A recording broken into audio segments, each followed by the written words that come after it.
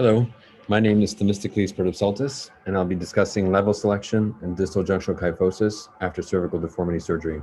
These are my disclosures. So as an overview, we're going to talk about level selection and avoiding DJK.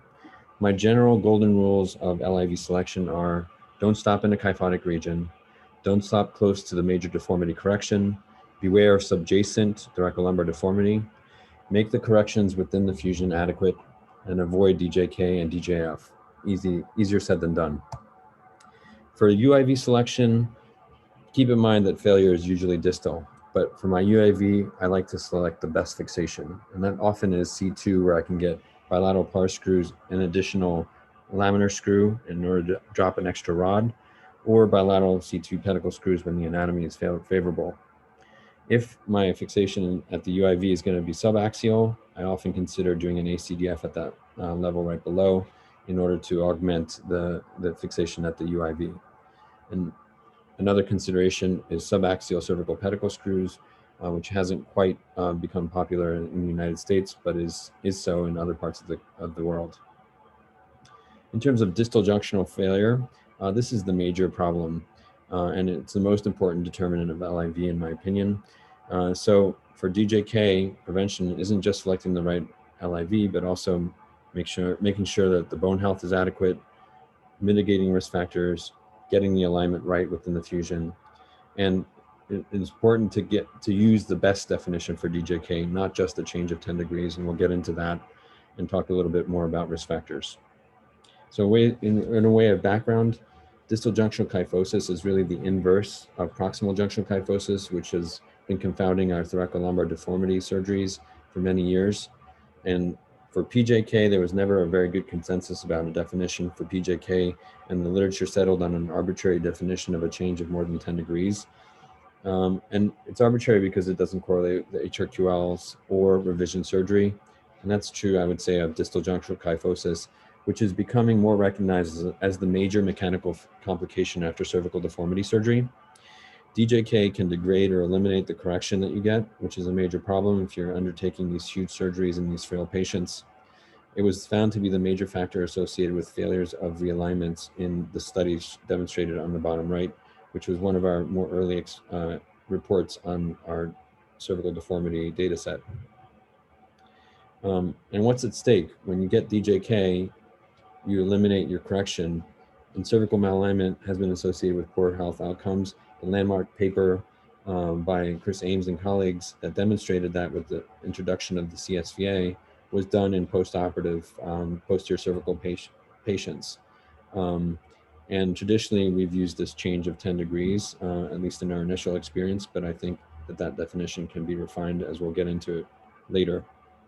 In terms of risk factors, this study by Pashas and colleagues demonstrated that larger baseline deformities were a risk factor. Anterior posterior surgery, probably referring to how stiff the distal terminus is, as well as the use of Smith-Peterson osteotomies, which I interpret to be getting corrections all the way down to the distal terminus at the LIV. But I think it's important to take a step back and really use the best definition moving forward. And to do this, we developed this study where we tried to define the most clinically relevant definition for DJK. And we wanted to get one that impacted not only health outcomes, but also revision surgery. To do this, we looked at our cervical deformity data set. We looked at the traditional definition of a greater than 10 degree change. And then we developed a severe DJK threshold, which was 2 standard deviations above the mean change in DJK angle, which ended up being 20 degrees. We looked at sensitivity, specificity, precision, and accuracy of predicting revision surgery.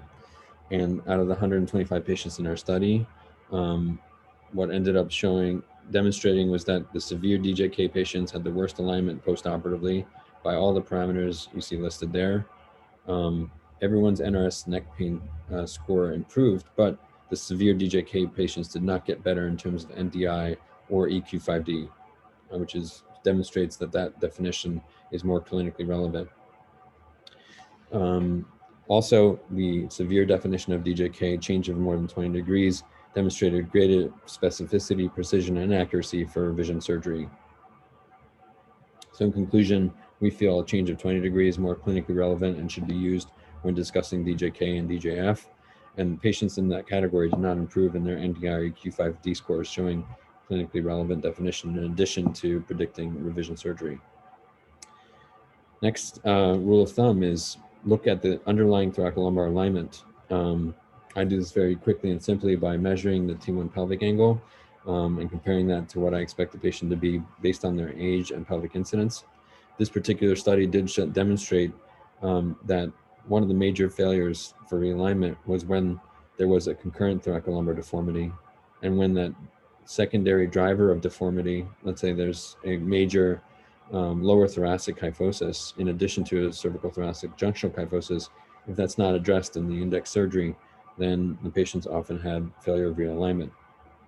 Take, for example, this patient, where there's deformity in all regions of the spine. What is the best place to terminate this construct? Is this patient someone who's destined for a C2 to the pelvis? And I think it's very difficult to come up with an answer to that question. And in this particular case, as in some cases, you may just have to discuss the possibility of not operating on a patient and declining to operate on a patient. Next, alignment. And what I mean by that is alignment within the fusion. Make sure the corrections are adequate. And to identify whether or not inadequate corrections was a source of distal junctional kyphosis and distal junctional failure, we did this study, theorizing that undercorrection was one of the factors associated with DJK. And one of the issues is that you can't just use regular measurements that we're all familiar with, like the CSVA, because they don't capture what's happening intraoperatively, and they can't be measured prone. And in addition, when patients end up with DJK, it affects their plumb lines as well. So you need a separate measurement that's within the fusion construct. So we propose these in-construct measurements, like taking a line from the centroid of C2 to the LIV, and then a line along the posterior cortical shadow of the LIV. So that gives you an angular measure inside of the fusion or your proposed fusion construct. You can measure preoperatively. Here it's 48 degrees. You can measure it intraoperatively and postoperatively. What we did in the study is we took the corrections that were performed and we simulated them, like on the panel on the right, based on the baseline X-ray. And then we measured what the plumb lines were after correcting the pelvic tilt. And in this particular case, we felt this was an adequate correction, and it ended up with an adequate postoperative result. Contrast this patient on the bottom left, where there's a very high C2 LIV tilt. The LIV here selected was L2, 41 degree baseline. After simulating the correction that was performed intraoperatively on the baseline film, you could see the C2 LIV tilt of 36 degree wasn't adequate enough, and the CSVA ended up above the threshold of what's acceptable, and certainly the patient ended up with a failure. This study looked at linear regression analysis and determined those in-construct parameters at what point they correspond to a CSVA of less than 4 centimeters, and a change in DJK angle of less than 10 degrees, giving surgeons a target for these measurements.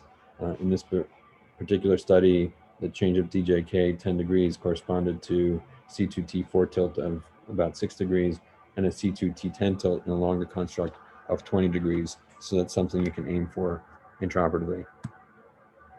So simulated corrections demonstrated that undercorrections were an important factor associated with failures and DJK failures.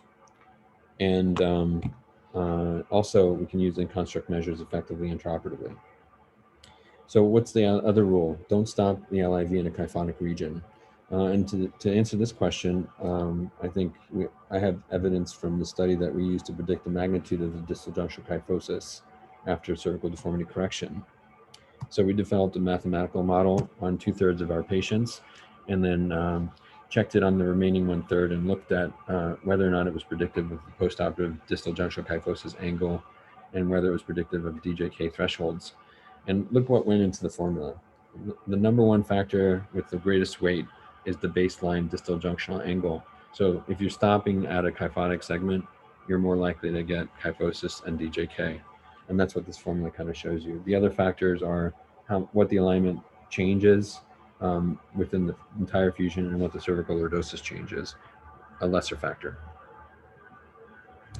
And this particular model was highly correlated with the postoperative DJK angle with an R factor of 0.871. So it accomplished what we sought out to fix. Here's a quick case, severe cervical thoracic junctional kyphosis, 74-year-old male with a prior C3, C6 laminoplasty, which may have helped decompress the spinal cord, but didn't help with this alignment. Does not passively correct. Terrible numbers at baseline. There's also excessive kyphosis in the lower thoracic spine, which makes it difficult to select an LIV. On top of that, he's osteoporotic. You can see his quantitative CT scans demonstrating no good place to stop. I like these numbers to be over 130 based on our institutional data. And he's also got compression fractures at T9 and T11, which makes it difficult to stop at T8 or T10. And I don't like to go into the lumbar spine to diminish a patient's ability to compensate with lumbar hyperlordosis. So this was my plan at T2 VCR, Smith-Peterson osteotomies, and possibly going down to T10, T12. In this particular case, I had this patient placed on an anabolic agent, teriparatide, prior to the surgery for 6 months. Intraoperative images demonstrating the VCR. You can see the spinal cord and nerve roots, extra rods to help with the closure, and then the final construct. Great intraoperative result, pre-op to intraop, pre-op to post-op. I selected T12 and maintained his alignment even out to 2 years. And in terms of UIV, just a quick case. Here's a male a lawyer for an airline industry. He was in a motor vehicle accident. He had a C7 burst fracture and ended up with a posterior cervical fixation that was kyphotic. Just move my screen so you can see it. Limited range of motion. Can't look up, which kills him because he likes to look at the airplanes. Terrible numbers at baseline. You can see his C2 is very tilted. His CSVA is high. Limited range of motion, particularly for looking up. And hardware failure with screw pull out of the lateral mass screws. So if I am stopping with a lateral mass screw at the UIV, I like to get some anterior fixation with an ACDF, at least a standalone cage. And in this particular case, he didn't want any additional levels fused into his cervical spine. So I did ACDFs with uncovertebral resections, grade 4 osteotomies, and then revised his posterior fixation, intraoperative x-rays, fixed his pseudarthroses, and you can see the postoperative result. Now C2 is more vertical, CSVA is corrected, pre-op compared to post-op, and you can see the fixation with the ACDF standalone cage and bicortical lateral mass screws in the back, and he's maintained his correction and good range of motion, including upward gaze, out to 2 years. So in conclusion, distal junctional failure is common. DJK prevention is important, starting with LIV selection, but also optimize bone health and get the alignment correct. And in terms of LIV selection, don't stop in the kyphotic region. Don't stop close to the major deformity correction. Look at subjacent deformity in the thoracolumbar spine and make the corrections adequate. Thank you very much.